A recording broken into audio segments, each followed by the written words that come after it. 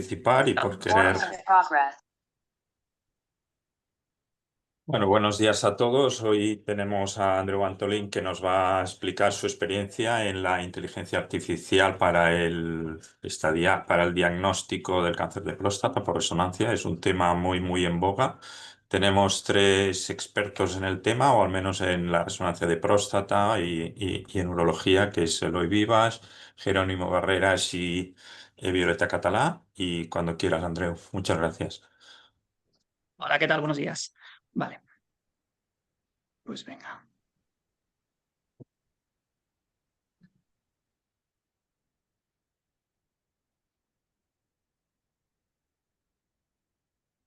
Vale, se ve bien, ¿no? La pantalla.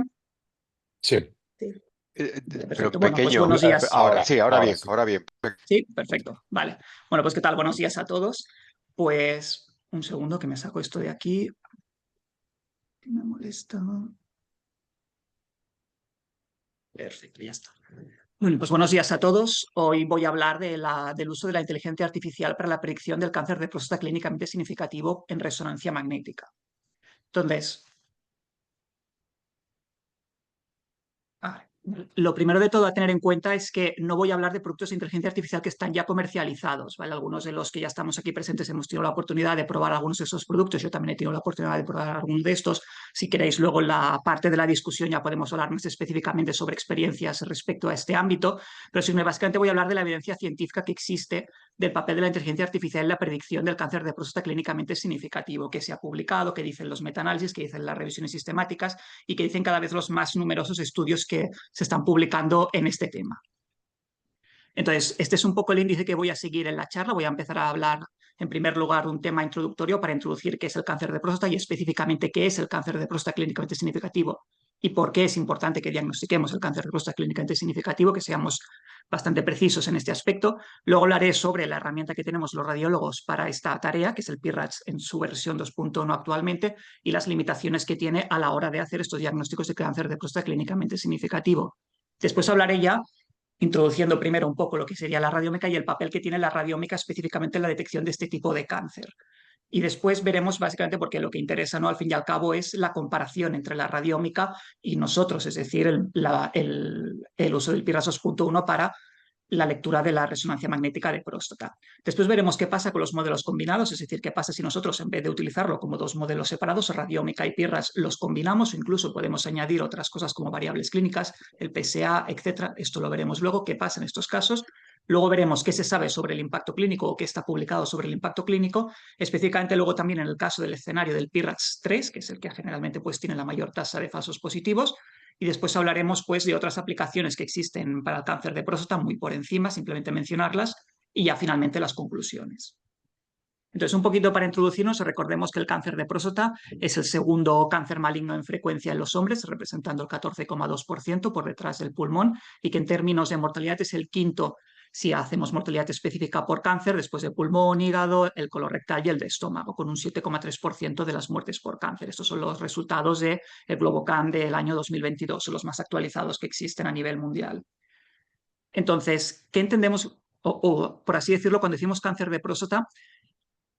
¿En qué dividimos o cómo diagnosticamos el cáncer de próstata o cómo lo catalogamos? Pues evidentemente por anatomía patológica, ¿de acuerdo? Todo el mundo conoce el Gleason score, ¿de acuerdo? Que en función de las características que tengan los cortes de anatomía patológica, cuando lo miramos al microscopio, pues le podemos dar un determinado score que va del 6 al 10. El 6 al 10 es un incremento en cuanto a la agresividad del tumor. Pero claro, aquí nos salen varias categorías. Entonces, lo que hizo la ISUB en el año 2014 fue intentar categorizar estas categorías en 5 grados. Y estos 5 grados lo que nos permitía es determinar, por así decirlo, un valor pronóstico y un valor predictivo de agresividad del cáncer de próstata, que van del 1 al 5, el 1 siendo el más indolente y en cambio el 5, que corresponde a los scores de Gleason más alto, de nuevo 10, siendo el más agresivo y que generalmente pues el que tiene peor pronóstico.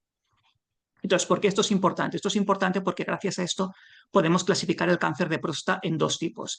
El cáncer de próstata clínicamente significativo y el cáncer de próstata insignificante, CSPCA o IPCA como figura en la imagen.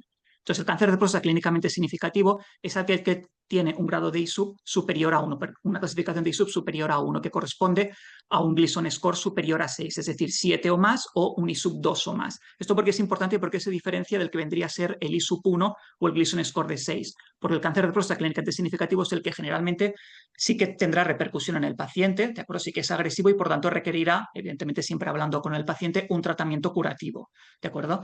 En cambio, el cáncer de próstata clínicamente insignificante, y evidentemente siempre hablándolo con el paciente y en concordancia con el paciente, pues se pueden pasar a programas de vigilancia activa debido a que es posible que este cáncer no le llegue a producir ningún problema al paciente y que se pueda morir de otras causas.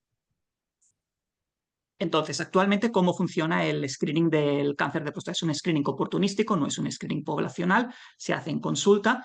Entonces, en general, cuando tenemos un PSA elevado por encima de 3 nanogramos por mililitro, con o sin un tacto rectal que es patológico, entonces se hace una biopsia, una resonancia. Recordemos, resonancia que puede ser de próstata multiparamétrica o biparamétrica, según si añadimos o no el estudio dinámico con contraste endovenoso. Cada vez más se utiliza más la biparamétrica debido pues, a que hay distintos estudios que han valorado que la eficacia es más o menos similar a un coste menor, porque además de que reduce tiempo, también reducimos la administración, o sea, no administramos contraste endovenoso, y que nosotros los radiólogos, para poder informar, lo hacemos en función del PIRADS, que actualmente está en su versión 2.1. Entonces, a cada una de las lesiones que encontremos sospechosas le damos una categoría, y estas categorías, en general, cuando es de PIRADS 3 o superior, es cuando nosotros tenemos básicamente sospecha de que ahí puede haber un cáncer de próstata clínicamente significativo, siempre hablando evidentemente del adenocarcinoma, porque el PIRADS se aplica al adenocarcinoma.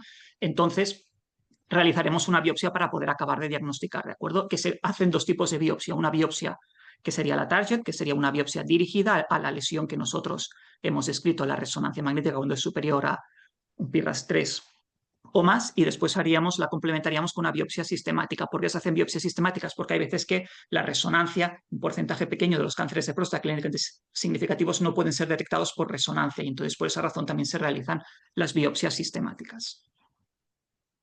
Entonces, el PIRADS 2.1, aquí os pongo los valores predictivos positivos que tiene para el diagnóstico de cáncer de próstata clínicamente significativo.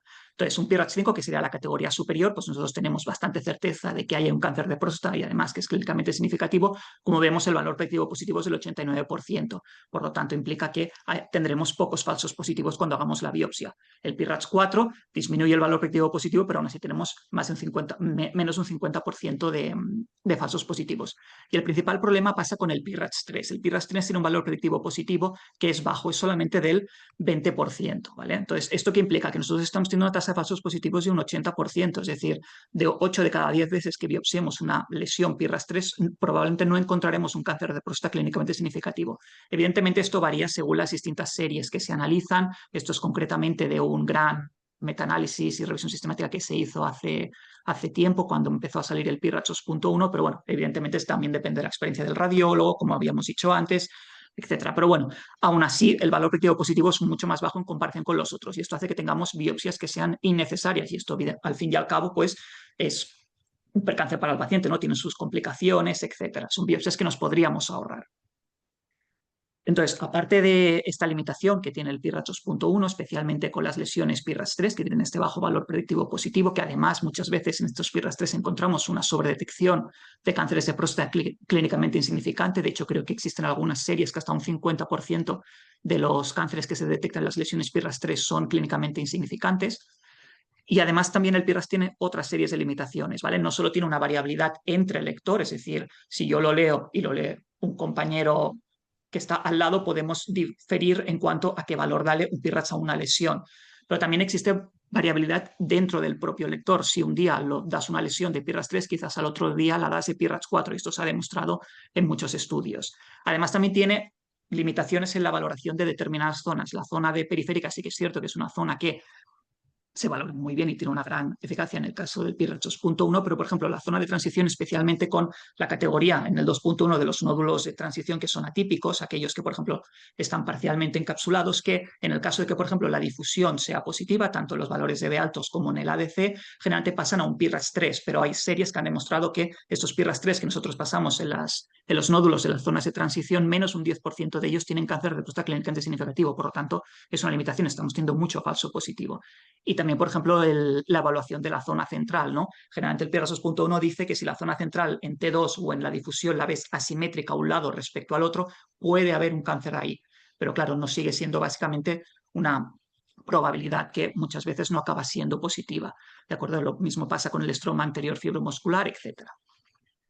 Y entonces, esto es el primer punto que quiero que quede de la charla, es que debido a todas estas limitaciones todavía estamos teniendo muchas biopsias que son innecesarias, con una cantidad de falsos positivos que no es despreciable, y esto implica, evidentemente, una repercusión en el paciente, no solo por el tema de la biopsia, sino que también por la angustia que le puede generar. Entonces, existe una necesidad para tener modelos de riesgo o nuevos biomarcadores, generalmente biomarcadores de imagen, pero también hay otros tipos de biomarcadores, para aumentar la detección del cáncer de próstata clínicamente significativo, mientras nosotros reducimos la sobredetección del insignificante y las lesiones benignas.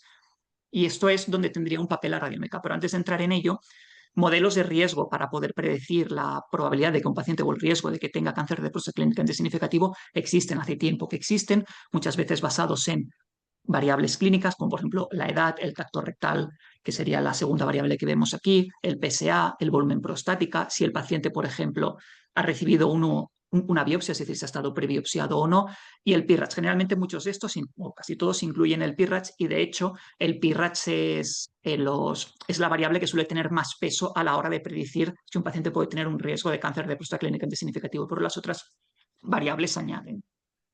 Aquí, por ejemplo, tenemos otro, que es un nomograma, ¿de acuerdo? En el cual, pues, en función de la puntuación que damos al PIRADS, el PSA, el volumen prostático, la edad, el tacto rectal, la historia familiar o si es la primera biopsia que se realiza al paciente o no, pues entonces nos sale una determinada puntuación y esto determinará el riesgo de que tengamos cáncer de próstata clínicamente significativo. ¿Vale? Creo que...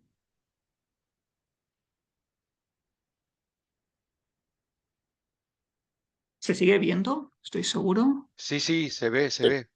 sí, Sí, sí. vale, vale. Perfecto, sí. Vale, entonces, aquí es donde entra el papel de la radiómica, ¿de acuerdo?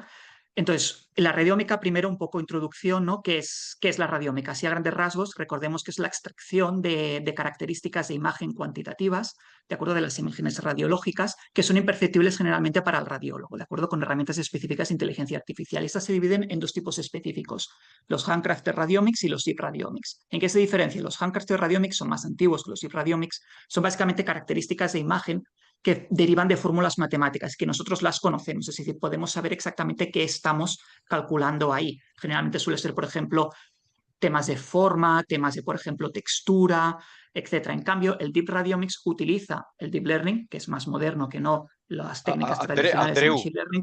Dime. Andreu, me parece que no cambian las diapos. Estamos con la Vale, es diapo que 13 por todavía. eso te digo, por eso te digo, Pone un morote, segundo. Sí, sí, la un del segundo. nomograma. De compartir. Vuelvo a compartir, ¿eh? Sí, sí.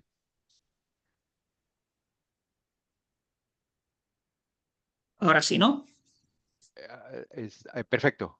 14. Sí, sí, adelante, Perfecto. gracias. Entonces, bueno, un poco volviendo, que perdón por el fallo. Entonces, bueno, la radiómica, como he dicho, que era la extracción de los parámetros, bueno, de features, de características cuantitativas de la imagen, ¿de acuerdo? Que son generalmente imperceptibles para los radiólogos, y que tenemos dos tipos, los handcrafted y los zip radiomics, ¿vale? Entonces, los handcrafted radiomics son básicamente características que son conocidas porque son fórmulas matemáticas que ya están diseñadas y por tanto podemos saber qué estamos mirando. Como he dicho antes, suelen ser, por ejemplo, de forma, de texturas, etc. En cambio, el Deep Radiomics, que utiliza el Deep Learning, que es más moderno que el handcrafted Radiomics, utiliza redes neuronales profundas como las convolucionales para extraer automáticamente características de imagen. ¿Esto qué implica? ¿De acuerdo? Esto implica que nosotros, sí que es cierto que a medida que profundizamos en las capas de la red neuronal, las capas más profundas, ya no podemos saber lo que está pasando ahí, no podemos saber en qué se está fijando. Sí que las primeras capas podemos intuir más o menos por mapas de features que está mirando, pero ya desconocemos, a diferencia de los handcrafted radiomics, en qué se está fijando. ¿Vale? Serían las dos grandes diferencias que existen. Aquí simplemente os lo intento ejemplificar, ¿de acuerdo? Los handcrafted son calculados previamente porque son fórmulas matemáticas conocidas, después se hace el modelaje. En cambio, el Deep Radiomics, ¿de acuerdo? Es la extracción automática, que llega a un momento que no sabemos exactamente en qué se está fijando para tomar la decisión de, por ejemplo, clasificar en cáncer de próstata o no. ¿Vale? Entonces, vamos a ver un poquito qué sabemos de radiómica aplicada a cáncer de próstata clínicamente significativo o qué dice la evidencia publicada. ¿Vale? Para esto me he basado en varios revisiones sistemáticas y algún metaanálisis, aunque son pocos, porque ahora explicaré por qué hay razón, hay pocos metaanálisis en este aspecto, y también algunos artículos más recientes que han ido saliendo. ¿Vale? Entonces, de lo que podemos extraer en los distintos revisiones sistemáticas que se han hecho es que los modelos de radiómica tienen una capacidad discriminativa de cáncer de próstata clínicamente significativo en el caso de la lesión índice de moderada a alta. ¿De acuerdo? Las áreas bajo la curva suelen ser entre 0,7 y 0,95, hay mucha variabilidad entre estudios. Aquí os pongo en 2020 un metaanálisis que hizo un grupo italiano en el cual vieron básicamente que para los Handcrafter radiómicos la área bajo la curva de 0,86 y en cambio para el Deep Radiomics era de 0,78. De todas maneras hay que tener en cuenta que en este caso la N que utilizaron para los modelos de Deep Radiomic era baja, era 4 y por tanto estos resultados son de coger con pinzas. ¿Vale? Entonces no existe una evidencia clínica de que el Deep Radiomics sea mejor que los Handcrafter Radiomics. Ahora bien, esto se ha de coger con comillas, comillas, debido a que es esperable, y esto es lo que está sucediendo en los últimos estudios, que cada vez existen datasets más grandes y esto hace que el Deep Radiomics seguramente acabe superando debido a que necesita una gran cantidad de datos para poder ser capaz de discriminar bien porque se ajusta muy bien a los datos, pues superará a los Handcrafter Radiomics. Los Handcrafter Radiomics al fin y al cabo son más robustos en ese aspecto cuando tratamos con datasets más pequeños, pero como generalmente se han ido publicando estudios con datasets más grandes, pues se está viendo que el Deep Radiomics evidentemente es la tendencia a seguir. De hecho, estudios más recientes, como aquí que os pongo uno de 2022, que esto es de hecho una revisión sistemática, favorece los modelos de Deep Radiomics. ¿De acuerdo? Entonces, ¿qué es lo que ocurre principalmente y por qué tenemos esta gran heterogeneidad de los estudios, áreas bajo las curvas que derivan tanto? No está tan claro si una cosa funciona mejor que la otra. Es porque existe una serie de limitaciones metodológicas en los estudios publicados que de hecho lo que hacen es que no podamos extraer unas conclusiones definitivas. Y esto es una cosa que también pasa, evidentemente, con los modelos que ya están comercializados, ¿de acuerdo? No se libran de todas estas limitaciones metodológicas, que es importante como radiólogos conocerlas, ¿no? Porque influencian en lo que vendría a ser la capacidad predictiva del modelo de inteligencia artificial. Y esto es una cosa que también es bastante frecuente en inteligencia artificial aplicada a otras técnicas de imagen, ¿vale? Es un campo que todavía está muy verde, no existe todavía, a diferencia de, por ejemplo, todo el tema de la validación de fármacos, pues unos criterios estipulados, no se hacen de hecho ensayos clínicos aleatorizados para poder ver su papel, solamente hay que decir que hace lo que hace. Entonces, bueno, por esa razón. Y ahora vamos a hablar un poquito por encima de estas limitaciones, ¿vale? Que yo creo que son importantes conocerlas porque explican un poco todo este tema de, pero oye, la inteligencia artificial es buena, no es buena, hay resultados contradictorios, etcétera, ¿no? Entonces, son limitaciones que están en todo el proceso de la generación de estos algoritmos, ¿vale? Desde estos modelos, desde básicamente el dataset que nosotros utilizamos hasta el estándar de referencia que nosotros, por ejemplo, en el caso de la próstata tendremos biopsias de próstata y prostatectomía radical, ¿no? Hay estudios que lo que hacen, o sea, es bien sabido que la biopsia de próstata puede hacer que un underscore del Gleason, ¿de acuerdo? ¿Por qué? Pues porque puede ser que no cogemos una parte de la próstata que tiene un Gleason score más alto, ¿de acuerdo? Que con la prostatectomía radical sí que podemos. Entonces, hay modelos que están entrenados con una mezcla de ambos, modelos solo con prostatectomía radical, modelos solo con biopsia prostática. Entonces, esto se ha de tener en cuenta el desarrollo del modelo, ¿de acuerdo? Según básicamente las técnicas que utilizamos, el análisis y la validación. Y esto es una cosa que, por ejemplo, Violeta hace un momento estaba comentando, ¿no? El tema de qué pasa cuando nosotros pues probamos este modelo en máquinas distintas o probamos en otros centros distintos, que ya veremos que muchos de estos carecen de una validación externa, que es como se le conoce cuando nosotros testeamos estos datos fuera de de donde ha sido entrenado el modelo, y ya veremos qué pasa con la performance del modelo.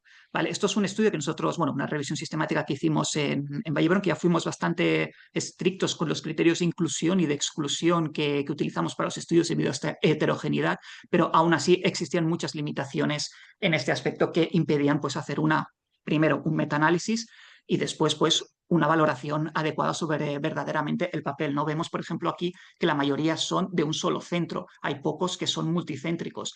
Además, solo había 2 estudios que superaban los 1000 pacientes. Esto ya es una limitación. Las técnicas de inteligencia artificial requieren una gran cantidad de datos para poder tener unos resultados fiables. Además, también otra de las cosas que pasa es que si nosotros queremos hacer una predicción, en este caso binaria, es decir, si es cáncer de próstata clínicamente significativo o no, necesitamos básicamente que generalmente nosotros le entrenemos con datos que haya un 50% de una cosa y un 50% de la otra. Pero ¿qué pasa? Que muchas veces los datasets que se utilizan no tienen esta correlación, están sesgados hacia un lado o hacia el otro. Por ejemplo, desde casi un 70% a favor de clínicamente significativo, etcétera, ¿de acuerdo? Después también tenemos otro tema que también he comentado, por ejemplo, el tema de la resonancia magnética del vendedor de la resonancia magnética y el tema de Teslas. Muchos de estos estudios solamente están realizados con un solo vendedor, de acuerdo, Philips, Siemens, etcétera, y no con múltiples. Esto también ya veremos que puede afectar en la performance. Y después también tenemos el tema de la referencia estándar, como he ido mencionando, ¿no?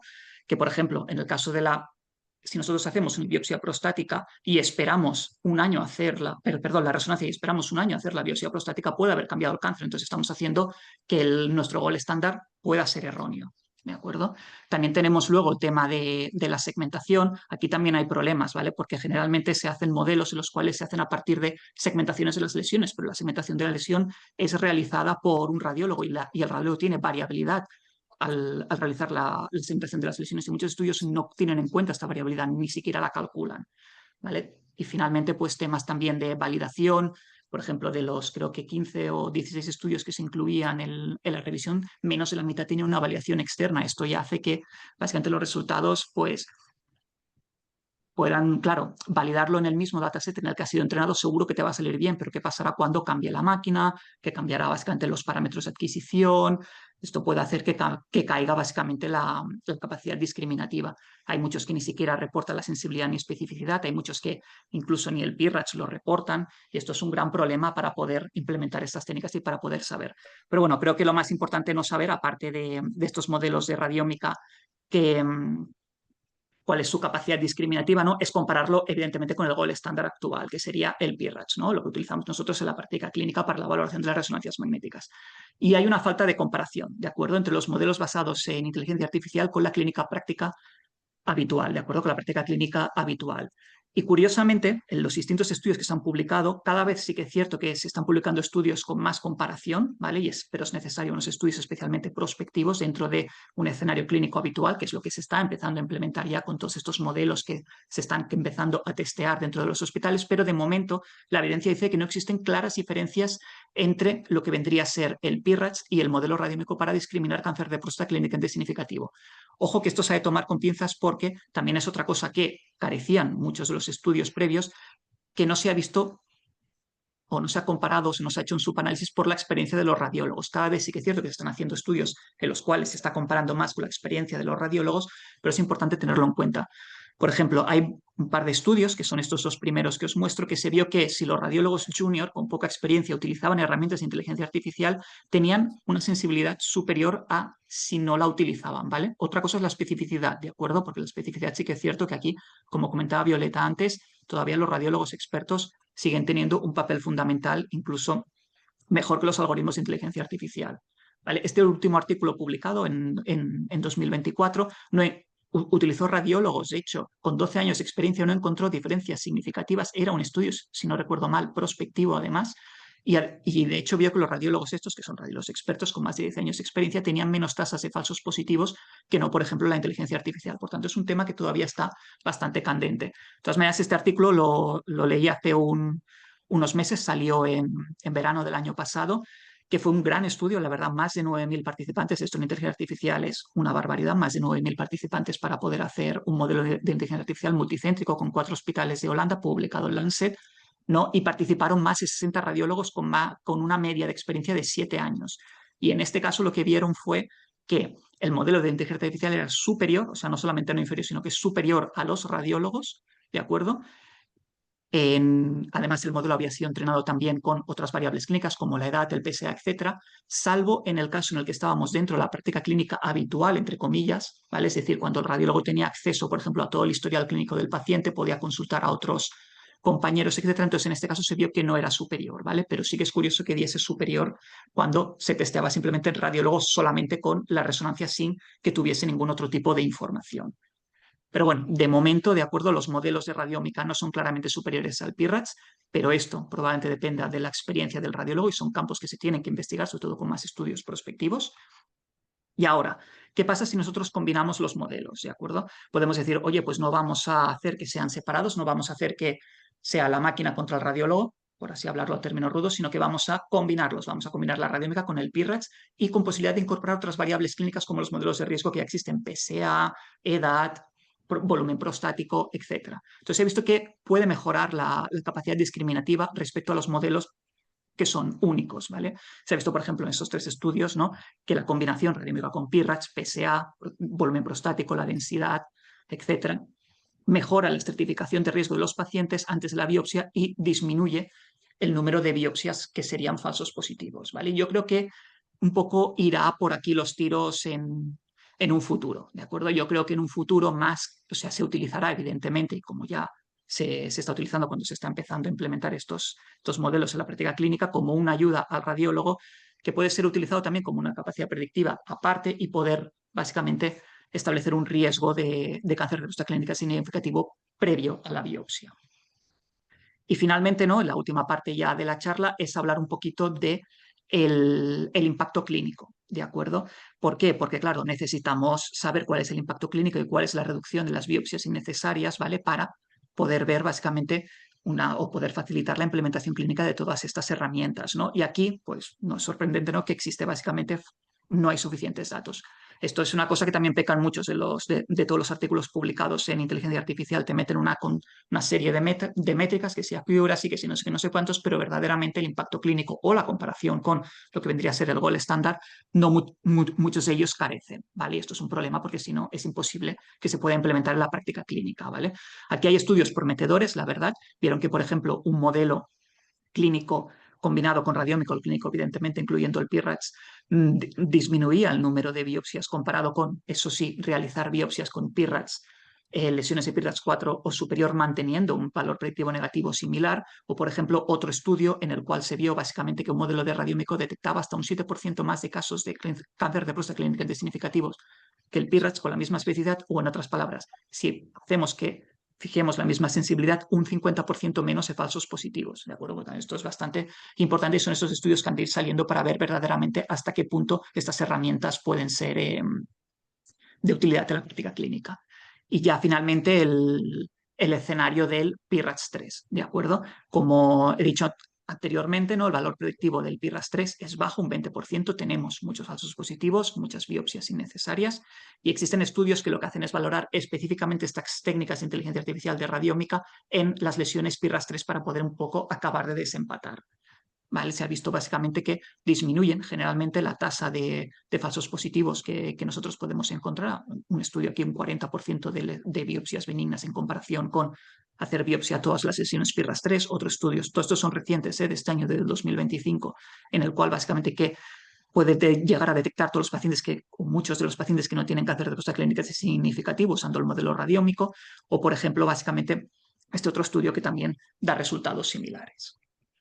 ¿Vale? Y esto sería el último punto importante, ¿no?, de la charla, es que el impacto clínico, la reducción de biopsias y el papel del PIRADS 3, o sea, de las lesiones PIRADS 3, cómo puede influir en este aspecto que tenemos un gran número de falsos positivos, necesita de mayor validación para facilitar una implementación clínica adecuada. Y ya de pasada, básicamente, otras aplicaciones en cáncer de próstata que pueden existir con modelos de inteligencia artificial. El primer punto está bastante avanzado, que sería la reducción en los tiempos de adquisición y mejora de la calidad de la imagen. Por ejemplo, puedes disminuir los artefactos que pueden generar el aire rectal en los estudios de difusión. Incluso se ha visto que, por ejemplo, debido a que cada vez se están utilizando más resonancias biparamétricas por las ventajas que ofrecen respecto a las multiparamétricas, y como he dicho anteriormente, que parece que son comparables en cuanto a su capacidad diagnóstica o discriminativa, se ha visto que incluso hay estudios de reconstruir mapas de perfusión, ¿vale?, sin utilizar contraste, y esto quizás podría ayudar al radiólogo, pero bueno, son cosas que todavía están bastante verdes. Respecto al diagnóstico propiamente dicho, se están estudiando extensión extraprostática, se está estudiando también lo que vendría a ser si existe afectación adenopática o no, riesgo de recurrencia. No obstante, el riesgo de recurrencia todavía es una utopía, pues hay como 4 o 5 estudios publicados, muy poquitos, ¿de acuerdo? Y otra cosa que también en relación con el cáncer de próstata clínicamente significativo es, oye, vamos a ver si en vez de decir si es clínicamente significativo o no, vamos a poder determinar el grado de Gleason, es decir, por ejemplo, un 3+3, 3+4, porque a veces los 3+4 depende de cómo podemos no tratarlos, 4+3, etcétera, etcétera. ¿Vale? Y un poco, bueno, las conclusiones, los mensajes que yo quiero que os quedéis, ¿de acuerdo?, es los que he ido diciendo, ¿vale? En primer lugar, debido a que nosotros tenemos una sobredetección de cánceres de próstata insignificantes y lesiones benignas, aun biopsiando lesiones que serían PIRADS 3 o superior, tenemos una gran tasa de falsos positivos o una tasa que no es despreciable y necesitamos modelos de riesgo o nuevos biomarcadores para mejorarlo. Aquí es donde entra la radiómica, ¿de acuerdo? No obstante, los estudios publicados, de momento, y a falta de estudios prospectivos y estudios con una N grande, ¿de acuerdo? Todavía no es claramente superior al PIRADS, pero esto puede depender de la experiencia del radiólogo. Y es en ambas partes. Los radiólogos junior puede aumentarte la sensibilidad, pero los radiólogos expertos hay veces que se ve que incluso los radiólogos expertos tienen menos falsos positivos, aunque hay algunos casos en los que los radiólogos expertos sí que les mejora su especificidad, ¿de acuerdo? Utilizando herramientas de inteligencia artificial. Por tanto, todavía está bastante ver de todo esto y todavía se ha de ver. Luego, ¿por qué es o cuál es la razón de todo esto? Pues que existen muchas limitaciones metodológicas en los artículos publicados que impiden que se hagan conclusiones definitivas y no solo en los artículos publicados, sino evidentemente los modelos que ya están comercializados que ya pueden tener un marcado CE, un marcado FDA. ¿Vale? Entonces, yo creo que el futuro pasa por los modelos combinados, es decir, utilizar la radiómica como otra herramienta predictiva más para mejorar la capacidad diagnóstica del cáncer de próstata. Y después tenemos básicamente que el impacto clínico, el número de biopsia que nos ahorramos y el papel, sobre todo las lesiones PIRAS-3, estas lesiones más indeterminadas, necesita de más validación para facilitar una implementación clínica. ¿Vale? Bueno, y las referencias y ya está. Hasta aquí la charla. Bueno, muchas gracias, Andreu, muy interesante.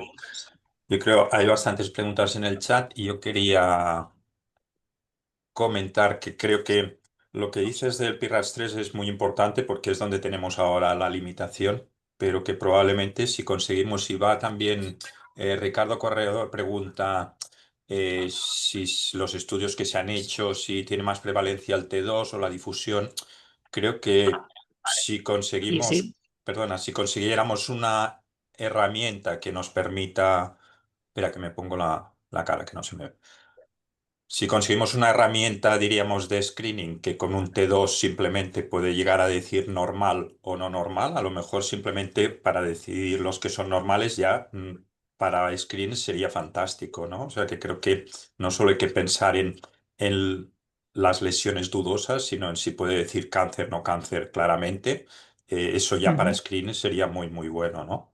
Pero que hoy en día, como has explicado, todavía las herramientas estas no las tenemos. Si quieres comentar un poquito, pues eso, la limitación o si se utiliza más el T2, la difusión o un poquito la estandarización que hay en los estudios que tú has analizado, ¿no?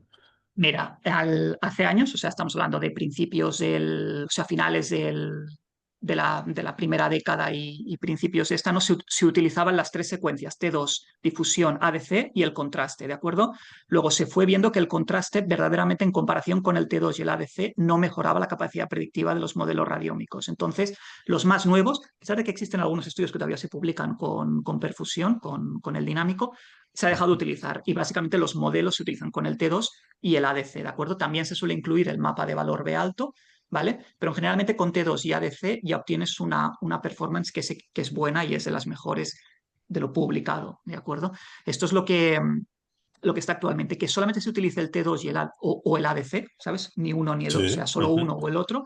Esto hay artículos publicados, pero según lo que he leído, no es igual de bueno que la combinación de ambos. Claro. Para detectar solamente cáncer, no te lo sabría decir. Yo estoy hablando aquí solamente de cáncer de próstata clínicamente significativo. Pero para detectar cáncer o no, si solamente con un T2 o una EC sería suficiente, ahí ya no te puedo responder porque no sé exactamente eso. Yo solamente lo he mirado para el cáncer de próstata clínicamente Sí, yo hablo significativo. un poquito de cara a futuro, pues creo que sería Ujú. el, Sí. el objetivo, ¿no? Que tendríamos que ir a pensar que si es capaz de la resonancia con un T2, que es muy simple, o un ADC, ¿no? Simplemente de detectarlo o no detectarlo, de poder decir, ha salido normal, no hace falta hacer nada más, ¿no? Pues eso reduciría muchísimo el trabajo de los radiólogos y el tiempo de la resonancia, ¿no? Ujú. También Eloy, Jerónimo, Violeta, cuando queráis comentar cualquier cosa, pues Sí. intervenís, ¿eh? A mí me gustaría, vamos, decir que vamos primero felicitar la charla, que yo creo que ha sido muy, muy clara y que, pues, sobre todo con mucha estadística que nos puede ayudar, sobre todo para iniciar, a los que van a iniciar eh, el trabajo con inteligencia artificial, pues y ver un poquitín qué artículos se han basado, que yo creo que son muy, muy buenos. Yo quería incidir un poquitín en la práctica. La sensación mía es que las herramientas pues todavía son algo imperfectas, yo creo que son muy buenas y en general, por lo menos para los que tenemos más experiencia, que creo que tienen muchos falsos positivos. Pero que muchos falsos positivos de ellos para nosotros son como muy fáciles, entonces tampoco suponen mucho problema, porque sobre todo son en la zona central o son zonas que diríamos que casi seguro que van a ser falsos positivos y sobre todo si tenemos previos seguro que no han cambiado, o sea que eso lo tenemos claro. Y otra cosa que quería incidir es en la disminución del tiempo para informar.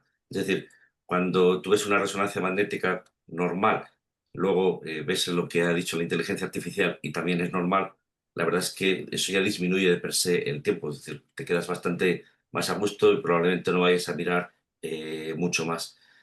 Y después, eso también lo dijo Violeta, yo estoy de acuerdo, hay que mirar muy bien cómo ha segmentado la lesión, porque un porcentaje altísimo lo hace muy bien, pero a veces la lesión queda fuera de la segmentación y podría pasar desapercibida. Yo precisamente creo que donde más se puede ayudar precisamente es a radiólogos expertos o por lo menos con cierta experiencia para ir un poquitín más rápido, para aumentar un poquitín la especificidad, pero a jóvenes y sobre todo residentes yo también lo tomaría con mucha cautela todavía. Sí, estoy de acuerdo, completamente. Y mira, hablando del tema de residentes, una cosa es el tema de qué opináis vosotros de deberían de usarlos los residentes o nuestras herramientas. Porque claro, ahí está el tema, sobre todo esta dualidad de los expertos versus los juniors, que de lo que está publicado en experiencia, ¿no? Claro, los juniors se van a acabar fiando de lo que dicen y curiosamente sus tasas de falsos positivos son elevadas, bastante elevadas en comparación con los expertos aún utilizando herramientas de inteligencia artificial, pero pueden ser superiores. Entonces, bueno, es un tema así de discusión de deberían usarlas o no, pero eso es un riesgo que existe cuando todo esto se vaya implementando. Bien. Todo Andreu, bien. yo quería felicitarte por la charla. Perdona, ¿quieres hablar, Violeta? No, no, tranquilo, tranquilo, habla tú. Ok. Quería felicitarte a los que estamos iniciándonos en este proceso. Ahora, la verdad que se me queda un poco lejos todo esto que me estás comentando, sobre todo en la aplicabilidad clínica real. Creo que necesitamos más formación.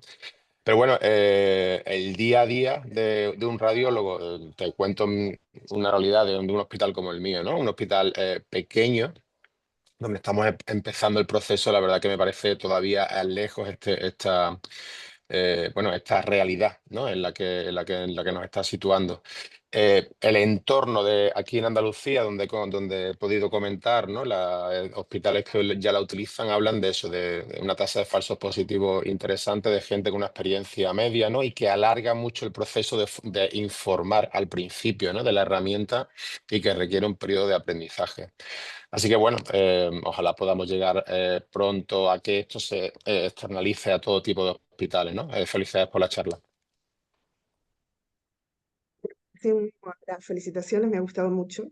Creo que has sintetizado muy bien, entre otras cosas que has hecho muy bien, pero has sintetizado muy bien las limitaciones como metodológicas de los diferentes trabajos que hay, ¿no? Cuando tú te pones a validar las técnicas, todas las limitaciones con las que te encuentras, limitaciones de gold estándar, limitaciones de a qué nivel de expertise le sirve esto, ¿no? Porque lo interesante es lo que estamos diciendo, bueno, ¿cómo lo bajamos a tierra? ¿Cómo hacemos que esto sea útil en la práctica asistencial? Si me preguntas a mí, yo en la práctica asistencial lo utilizo, pero muy consciente de todas las limitaciones y tratando de reflexionar mucho sobre cuáles son las trampas de las técnicas. Las trampas están, bueno, son varias. Por lo que venimos recabando y en correlación con la anatomía patológica, tiene que ver con lo que decía Jerónimo, con el tema de la segmentación. Muchas veces, en general, la segmentación, tanto glandular como lesional, la glandular sobre todo, es buena, pero cuando no, te falsea el volumen. Y hay una tendencia que tenemos los radiólogos a tratar de facilitarnos el trabajo e ir a ver el volumen que nos dijo la IA y poner el volumen que dijo la IA en el informe y calcular la densidad de PSA en función del volumen. Y ahí le erramos. Porque si incluyó vesículas seminales, si incluyó bulbo, por ejemplo, bulbo peniano, pues el volumen va a estar mal y según cómo la densidad va a estar mal y la decisión de biopsiar o no un PIRA3 va a estar mal. Por ejemplo, lo que comentábamos con Jerónimo, las lesiones a veces quedan excluidas, digamos, porque la IA lee lo que es intraprostático, entonces si la lesión quedó fuera no la lee. Lo que es extensión extraprostática no está desarrollado, o sea, hay todo un montón de factores bueno, que hacen que sea útil muchas veces, pero muchas veces no. Entonces el problema es que en el escenario de carencia de validación que tenemos, ya la tenemos por otro lado en el escenario clínico, ¿no? Porque en muchos lados la guía está, en muchos, por lo menos aquí en España, en varios hospitales públicos ya está y en algunos privados también. Entonces, a mí me parece que hay que transitar con muchísima responsabilidad esto, porque si hay como una tendencia general a que la IA lo va a hacer mejor que el humano. Entonces, ahí es donde empezamos con falsos positivos, con falsos negativos, con biopsias de más, con biopsias de menos, ¿no? No sé, me parece que tenemos que ir con pies de plomo y con muchísima responsabilidad cuando lo bajamos al escenario diario, a la práctica asistencial. A mí me gustaría hacer una pregunta, precisamente que tenemos este foro. No te oímos, Jerónimo.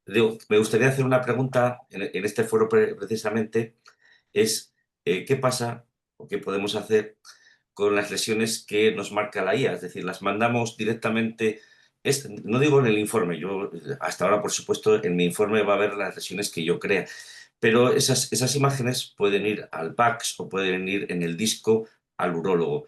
Y eso muchas veces puede plantear un problema, porque te puede decir perfectamente el clínico, oye, aquí hay unas imágenes que están claramente con un redondel, que viene un volumen, que pone lesión 1, lesión 2, y tú no has hecho ningún comentario a ellas porque yo las he podido ver claramente falsos positivos. ¿Qué pasa con esa información? ¿La enviamos, no la enviamos? ¿Se borra, no se borra? Bueno, No si sé. quieres, yo te comento nuestra experiencia, que aún es peor, porque en el hospital las imágenes van directamente también al paciente. O sea, cuando haces un informe, todas las imágenes, el paciente tiene, o sea, puede ver sus imágenes, aunque no las sepa interpretar. Entonces, claro, es lo que tú dices, ¿no? Si tú estás una mancha que ha visto la IA y tú no la lees, pero alguna vez te equivocas, ¿no? Y ha quedado allí, y entonces decidimos que las imágenes no fueran al PACS, pero era un lío organizativo, o sea, no, ¿sabes? Es mucho más cómodo enviar las imágenes automáticamente que no tener que decir, no, estas no me las envíes. Y casi decidimos dejar de utilizarla porque no conseguíamos que las imágenes no fueran al PACS. Sí. Lo que hacemos es en los discos que van a los urólogos, tal, no van esas imágenes. En el PACS local, que teóricamente solo vemos nosotros, sí están, pero Quedan. tampoco están perfiladas totalmente, sino que nos las pongan como un cuadrado, como una zona de interés para verlo, porque Mm, probablemente el paciente y el urólogo lo percibe como menos lesión si no está totalmente ya. perfilada que si está simplemente en un círculo o en un cuadrado, ¿no? Ah, Pero aún así, vamos, que ya veo, vamos, lo planteo porque tengo también mucho problema en ese sentido. ujú, ujú. Sí lo estoy utilizando, digamos, que es como herramienta de comunicación con el urólogo cuando la lesión está bien segmentada. O sea, te pongo un ejemplo concreto. Biopsia 3+4 en un cilindro, me llama el urólogo y me dice, Violeta, me interesa para terapia focal. Miro, lesión enorme, transicional anterior, fibromuscular anterior, tocando el esfínter, gigante, ambos lóbulos. Persuadir al urólogo de que esa lesión, de que había mucho más lesión de lo que traducía la biopsia, con inteligencia artificial, con una lesión bien segmentada, me resulta muchísimo más fácil. Le hago un video, o sea, en el mismo, yo puedo trabajar bueno, con el recorte de Windows incluso. Hago el video, un videito de 1 minuto, se le explico dónde está la lesión, lo grande que es, qué estructuras está afectando, o en este caso, el contacto con el esfínter uretral externo. Se lo envío por WhatsApp en el mismo momento y en 5 minutos tengo una evidencia mucho más contundente de lo que quiero transmitir que si fuera simplemente con el mero informe. Pero claro, es lo que estamos diciendo, en el escenario de que la lesión esté correctamente segmentada, que no haya falsos positivos en ese mismo estudio, ¿no? Fíjate un poco el tema de la segmentación que dices de la lesión. Esto es culpa, o sea, culpa entre comillas, de los radiólogos, porque al fin y al cabo quien la ha segmentado inicialmente en los sets de entrenamiento es el radiólogo, ¿sabes? Entonces, claro, aquí está una de las cosas, tiene que hacerlo, que lo va a hacer, lo tienen que hacer radiólogos expertos, generalmente más de uno, ¿no? Para que se puedan de esto. Todas estas series de limitaciones que al fin y al cabo pues hace que, bueno, veremos a ver todo esto cómo acaba avanzando. Bueno, yo lo comparo con el CAD, ¿no? O sea, con la técnica asistente para detección de cáncer de mama, que lleva muchísimos años en funcionamiento, que al principio tenía muchos falsos positivos, que luego con el tiempo se han mejorado muchísimo e incluso ha sustituido a los radiólogos en el screening en, en en países muy avanzados, porque realmente detectan muy bien. Y ahora vuelve a haber un poquito de dudas. La diferencia es que en el CAD simplemente es una mamografía, es una técnica muy, muy estandarizada, exactamente igual en todas partes. Y aquí el problema que tenemos es que las resonancias, unos son de 1,5, otras son de 3, la difusión cambia si utilizas solo un valor 0 y un valor 1000 o si utilizas 5 valores. O sea que va a ser difícil que un software que sea eh, desarrollado con una o dos máquinas y con unos parámetros determinados que sirva para otras máquinas. Creo que ese va a ser el problema, ¿no? Pero bueno, no, lo veremos con el tiempo. Por ejemplo, también yo la he querido utilizar en vigilancia activa porque, claro, a priori me parece que es muy interesante que si tú ves una lesión la Sí. puedas comparar mejor porque te va a hacer una segmentación de la propia lesión, la herramienta. Pero también en ese sentido he tenido algún problema porque es curioso que ese mismo paciente con la misma máquina, eh, que prácticamente siempre detectó las lesiones, pero el tamaño de las lesiones era muy diferente de un año a otro. O sea, Ujú, no podía utilizar esa teórica ventaja de poder detectar mejor el volumen de la lesión.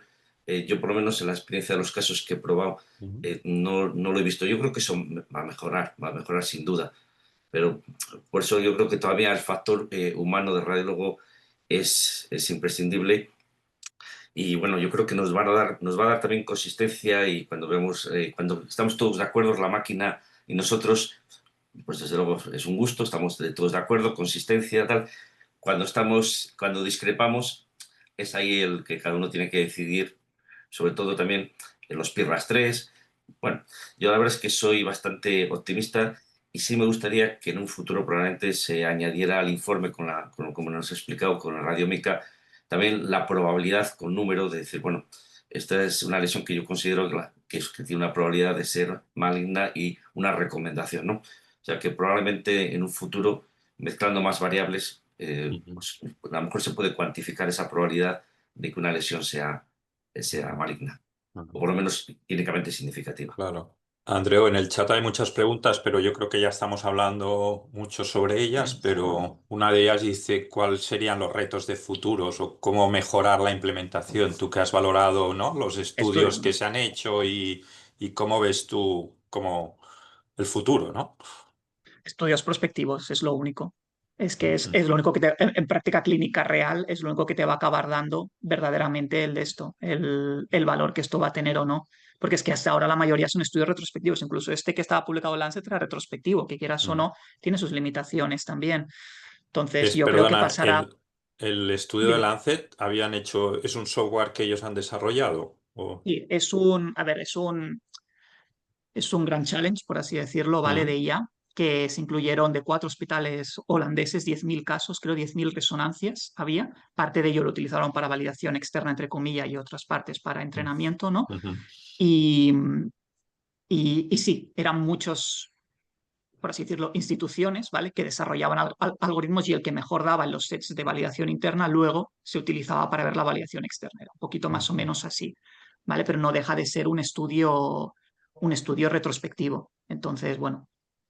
Y bueno, y a mí me ha sorprendido de haber verdaderamente este prospectivo que he puesto. Hay pocos prospectivos, se están haciendo algunos varios, si ves pero que decía que básicamente con radiólogos hay 7 años de experiencia, hay de más de 15 años de experiencia de media, creo que decía, que no había diferencias, que no les mejoraba según Ya. hacían ellos PIRATS o no, Ajá, ¿sabes? ajá, Claro, es que esto da que pensar, porque esto ya es un prospectivo en una práctica clínica un poco. A ver, sí, sigue siendo un ambiente de laboratorio, quieras o no, pero bueno, que veremos a ver. Yo creo que se necesitan más estudios prospectivos para acabar de ver.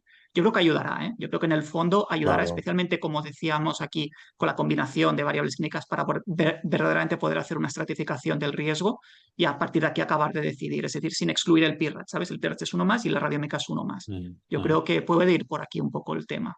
Bueno, y lo que decía Jerónimo, ¿no? Que te Sí, sirve si tú dices negativo y la IA no te detecta lesiones, pues ya no te lo miras más con sí, más porque decía contundencia, Jerónimo el ¿no? Es tiempo de. verdad, quiero decir. Disminuye el tiempo de esto, al menos Claro, los claro, estudios sí. que hay publicados de Mm, tiempo sí que hay, sí que es significante la disminución del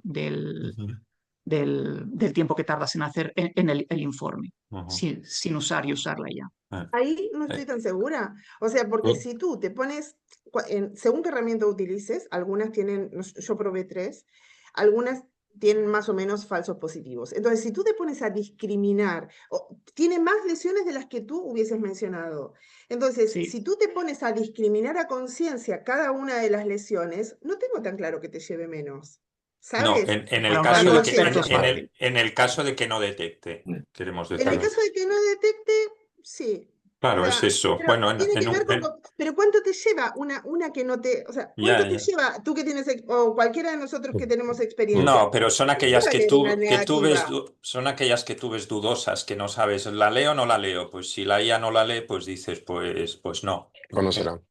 ¿No? Claro, pero tampoco hay la evidencia Claro, suficiente. O sea, claro. yo entiendo que uno se sienta mejor, te Sí. sentís mejor, pero no hay la evidencia Pero suficiente para decir, creo que la a esa le tengo que conclusión, poner claro, negativa, la ¿sabes? conclusión de hoy es todavía no hay evidencia suficiente, pero estamos en el buen camino, ¿no? Y probablemente si las casas comerciales invierten o los holandeses, el software que han desarrollado lo comercializan con 10.000 casos y bien comprobados y tal, pues probablemente mejoremos, ¿no?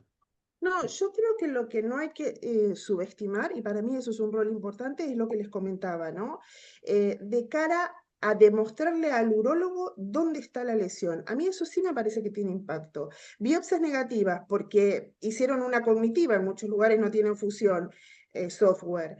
Hicieron una cognitiva, pero no entendían exactamente dónde estaba la lesión. Yo creo que en la medida en que la IA se lo muestra con colorín y bien delimitado y lo entienden mejor, eso muy probablemente se traduzca en menos falsos negativos de las biopsias, por ejemplo.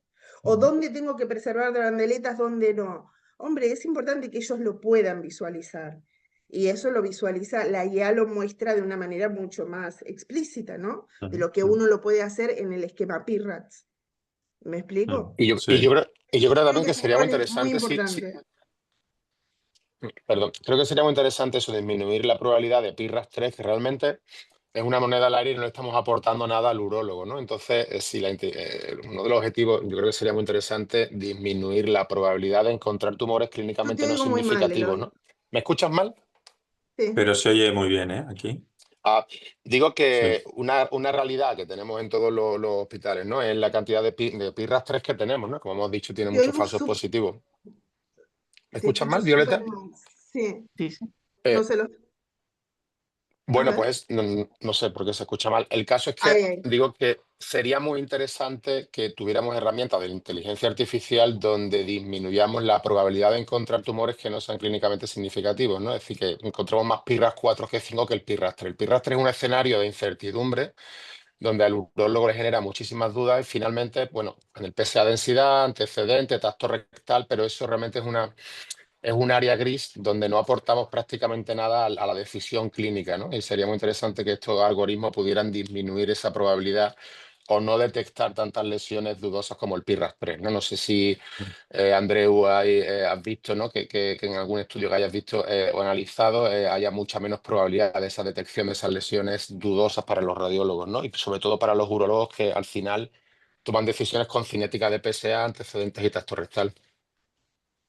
Todo apunta a que sí, a que en las lesiones PIRAS 3 Es donde yo creo que va a tener, porque al fin y al cabo las pirras 4 y 5, especialmente la 5, salvo que te encuentres alguna cosa que, bueno, que es pirra 5 como una granulomatosa y tal, que no puedes hacer tampoco nada más, ¿no?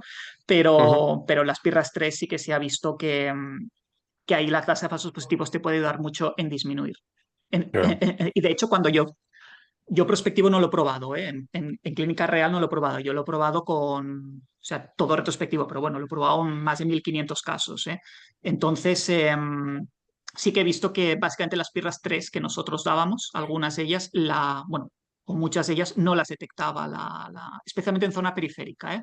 Sí que la zona de transición, a mí no me gusta mucho para la zona de transición, ahí cualquier cosa que la difusión brille o sea negra, por así decirlo, aunque sea un nódulo bien definido, te lo marca. Y a mí eso sí que es cierto que la zona de transición no me acaba de gustar, pero sí que la zona de periférica, el número de pirras 3 que dábamos ahí, si aplicásemos el modelo, te mejora y no te las marca. O sea, te las convierte como pirras 2, ¿no? Por así decirlo.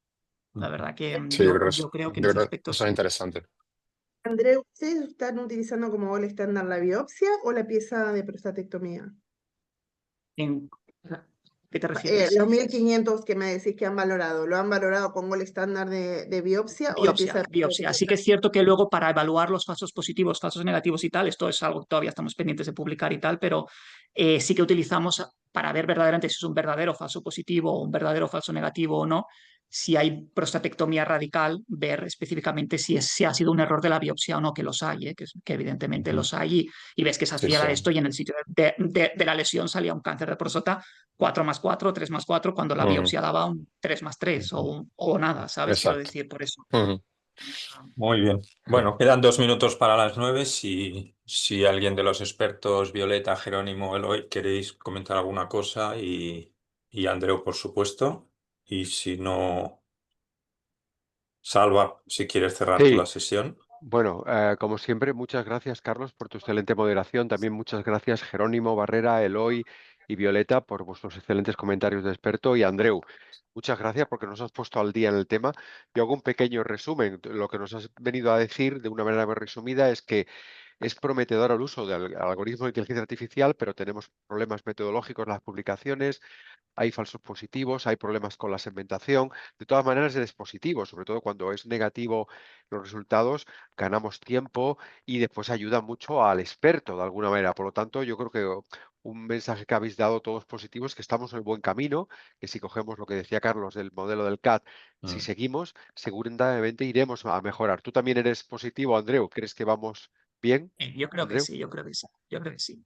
Sí, sí, yo creo que las cosas van en buen camino y a medida que salgan modelos con muchos más datos, o sea, con una N superior entrenados, bien testeados y tal, yo creo que al final acabará con el tiempo siendo una herramienta que ayudará al radiólogo, sí, sí.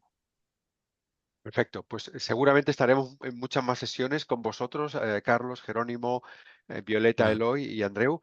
Muchas gracias. Gracias Simplemente a todos. comentaros que mañana tenemos la sesión del doctor César Pedrosa que nos va a hablar de lesiones congénitas no cardíacas en el tórax del adulto. Estáis todos invitados, que tengáis un gran día. Gracias, Carlos, Andreu, Eloy, Jerónimo, Violeta y Dani. Que tengáis un gran Gracias a lunes. Un todos. saludo. Gracias. Saludos. Adeu. Hasta Buen luego. día. Saludos.